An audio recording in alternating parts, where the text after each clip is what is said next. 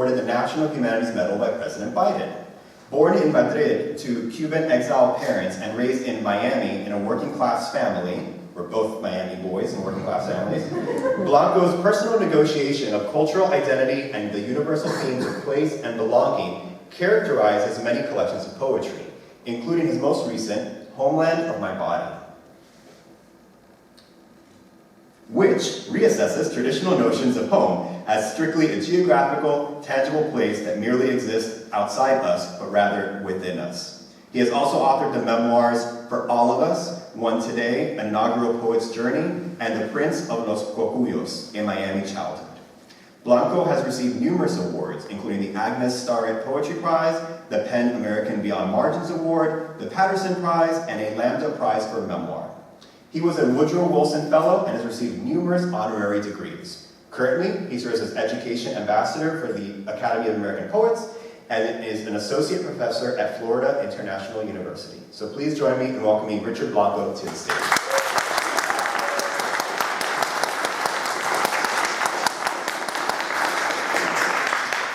Thank you, Miami boy. I was going to say Dr. Sierra, but I'll just say Horacio, right?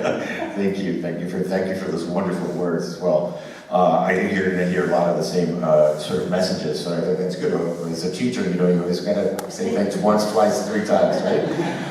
First and foremost, of course, my congratulations to all of you for not just this achievement. I was reading your bios and your poetry, and you're already there, right?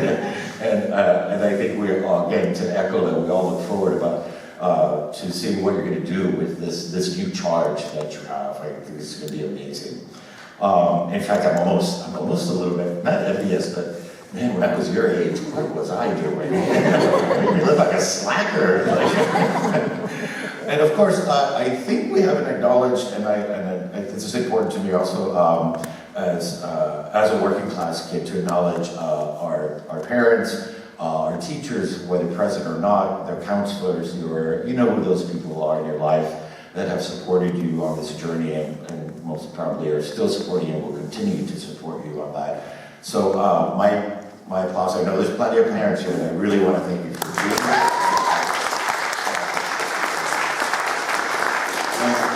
And with great love, and I think it was, I've spoken to this before, and that's something for you parents, right? Like my mom still asks me, like, do they pay you for that? And it's like, because there's also a barrier, a cultural barrier as well as a socioeconomic barrier, but she's still in her loving heart. She doesn't know exactly what I do, but she supports me, and in some ways, that's just as beautiful. So again, thank you to parents and all caretakers and counselors.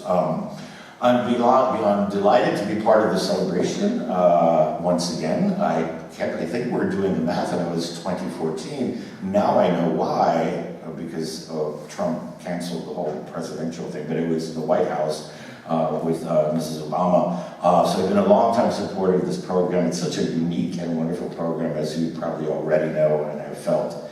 And I'm beyond honored, of course, to be asked to share again some thoughts on poetry, on writing, on whatnot, that hopefully will serve as some inspiration and guidance as you embark on your journey. I think perhaps one of the greatest things that poetry can do is to foster great empathy. I kind of see poetry as sort of this outstretched hand, right? Just says, me too. As poets, we selflessly and vulnerably and courageously share our joys, our fears, our hopes, our struggles, our complex emotions in some ways, so that our readers or listeners are able to more clearly see their own emotions. In that regard, I also kind of think of poetry also as kind of like a mirror. And we're standing in front of that mirror together with our readers, right? And it's in that blurring of our lives that where I think the magic of art happens, but also where that great empathy is created. Poetry lets us find our common humanity. Similarly, but not to be forgotten, poetry also fosters empathy for ourselves. Poetry is a way of understanding our lives in ways that we don't always bother to. It's a vehicle for first understanding ourselves so that we can understand others. The majority of my undergraduate students, at least, will not go on to become poets. But nevertheless, I always urge them to keep poetry always in their lives for that reason, for empathy for the self. But also, that empathy for the self creates a greater sense of self-awareness that makes for a better anything, a better doctor, a better lawyer, a better engineer. And I'm a STEM kid, by the way. I've been a practicing civil engineer most of my adult life, and I always say I'm a better engineer because I'm a poet. It makes me more sensitive to my coworkers, to my clients, to my fellow citizens, the people that I serve as a civil engineer. And I think it also just makes us become a better parent, a better sibling, a better human being, period. A better citizen, like you brought up. That's part of what poetry does too. On the social political front, I think poets serve as emotional historians, is the way I like to look at it. That is to say that they put real lives, real names, real faces, real smiles, real tears, to issues that get so highly abstracted by news and social media and so many other outlets, especially during these unprecedented times, which is starting to sound like a cliche, when we need poetry most as a constellation to guide us through our storms of despair toward our horizons of hope. In the words of William Carlos Williams, "It is difficult to get the news from poems, yet men die miserably every day for lack of what is found there." And as June Jordan noted, to tell the truth is to become beautiful, to begin to love yourself, value yourself. And that's political in the most profound way. I didn't discover writing poetry till I was in my mid to late 20s. And I wish I had, again, a program like this, or I wish I had peers like you that would have exposed me to the art form in a much earlier time in my life where I really needed poetry and I had no access to it. In part, as I had mentioned, as a Cuban-American immigrant from a lower working class family, that was part of the reason. And the humanities in general were really not that my parents denied it to me, it just wasn't part of the reality of our lives. So I think, again, what you and your class of people have done and will do, and also what this incredible program does for perhaps kids like me. Had I been your age, had I been a lot younger.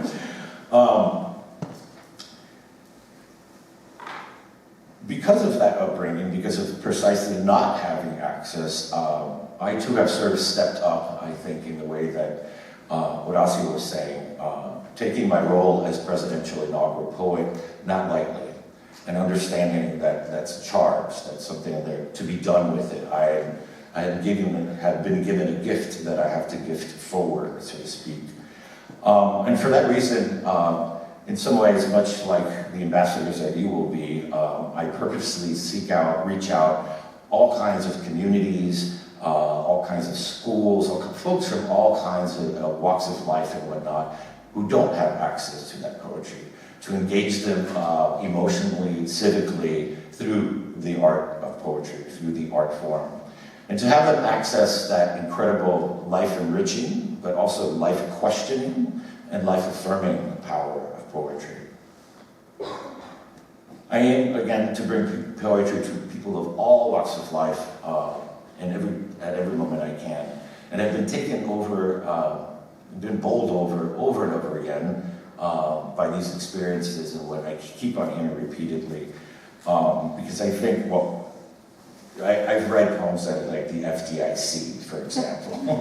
Talk about, it was worse than the inauguration, like that's scary, right? The USDA. But I hope your hearts will be warm too and reach out to those communities, and you'll be surprised how much we need poetry. Everybody needs poetry in their life. Comments like, that's not the way I learned it in school, or I never knew poetry could be like this, or like, oh, this is my first time at a poetry reading.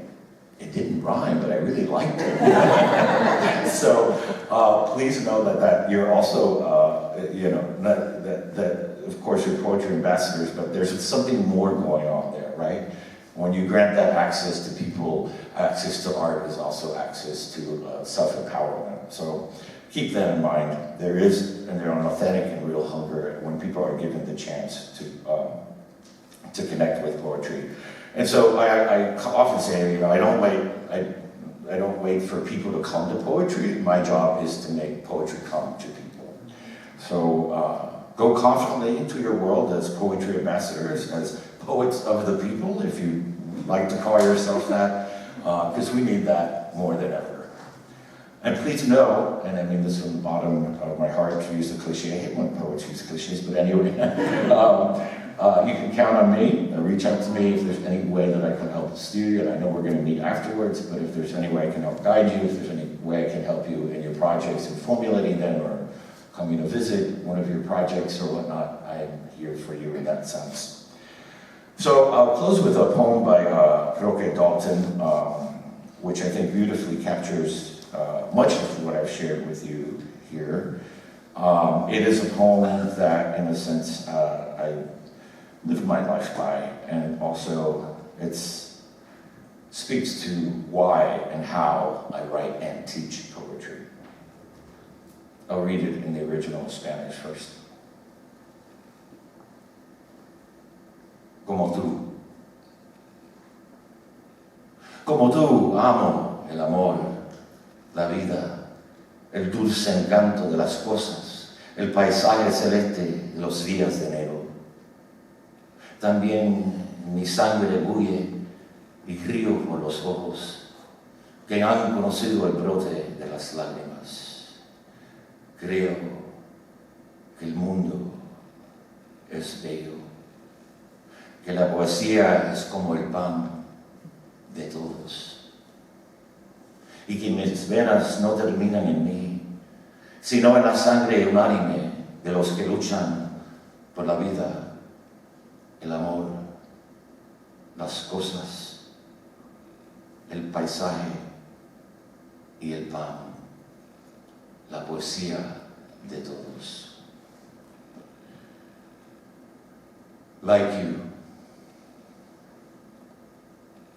you, I love the sweet smell of things, life, the sky blue of landscape of January days. And my blood boils up, and I laugh through eyes that have known the buds of tears. I believe the world is beautiful, and that poetry, like bread, is for everyone. And that my veins don't end in me, but in the unanimous blood of all those who struggle for life, love, little things, landscapes, and bread, the poetry of everyone. Thank you.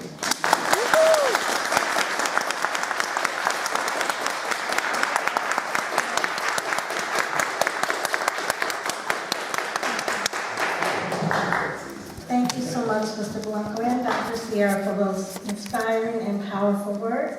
I'm Cindy Landrum, and I get the best part of the day. This is the best part of the show, which is to present the 2024 National Student Poet. And so I would like to begin by presenting our poet from the Northeast region, Marcus Durns.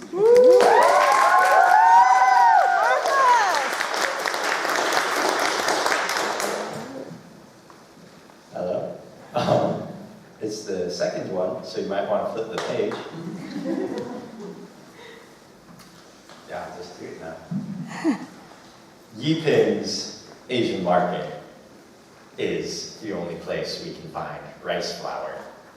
An old and faded blue building, the kind that appears long because its facade is so narrow, along with the shelves inside, packed with the wonders of another world.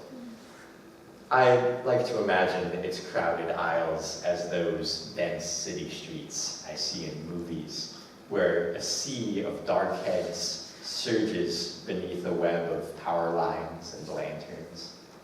Neon characters I can't read, flickering like stars. Shouts I cannot understand, cutting through the sound and scent of street food sizzling. We are not there. We are in West Lebanon, the town in New Hampshire where everywhere is named for somewhere else. We are in Yiping's Asian market, where the rising sun is replaced with fluorescent lights that glint off golden calligraphy printed on paper bags, like bounces between Thai curls and Khmer zigzags, Chinese brushstrokes and the geometric lines of Hangul. Words adorned with dots and dashes jump out to me. My mother taught me them. My dong and tik lo, and glistening in its bag like white gold, we found it mo gao, rice flour. Back home we're cooking bangso for Thanksgiving. Sizzling grapes, they're my father's favorite. Grandpa boasts of how he used to swim across the Perfume River every morning, back and forth, and of the girls who gathered to watch. I see him out the window, bundled up against the northern chill, as my fingers freeze, digging into the shells of shrimp. He is walking around Grandma's tree, the young and slender crabapple that grows from her ashes. He's pulling up the plants around it, the weeds, one by one, ripping roots as I pull dark veins from the arched backs of the shrimp with my knife. I suppose it's the least he could do. Her sacrifice brought us to America, something to be grateful for. In her home, by the banks of the river, in the November woods she died trying to reach, I pray she can smell the rice flour batter sizzling in the pan. I pray she can hear our quiet thanks wherever she is resting.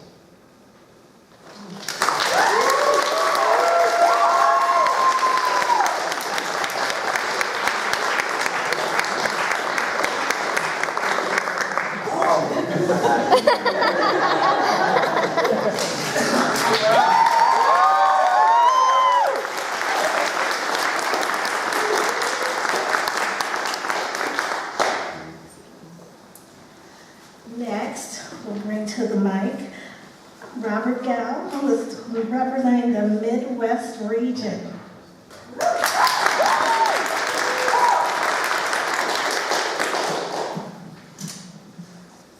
Yeah, so I'll be reading the second poem, so if you guys want to turn to that page.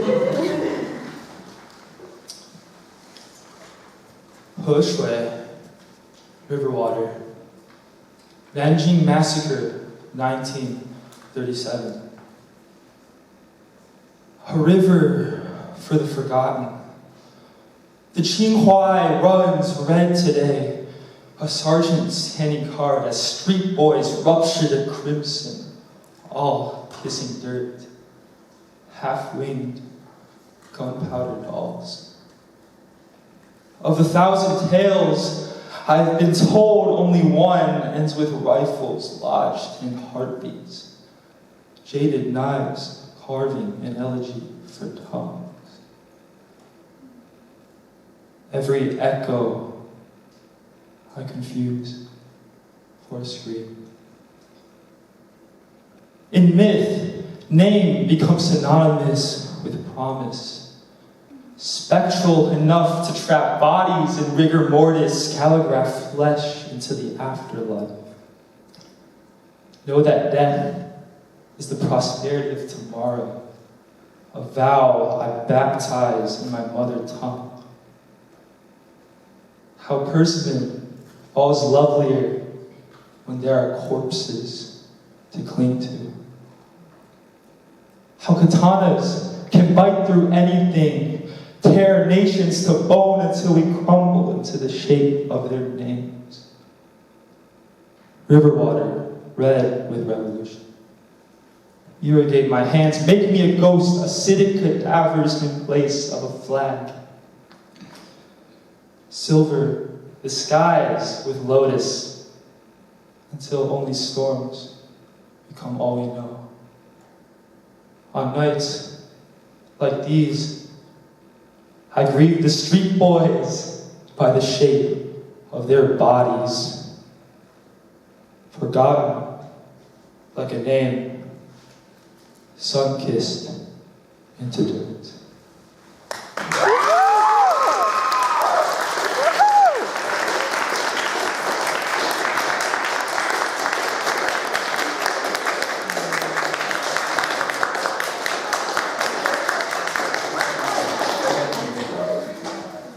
Representing the Southwest region is Sophia Kamal.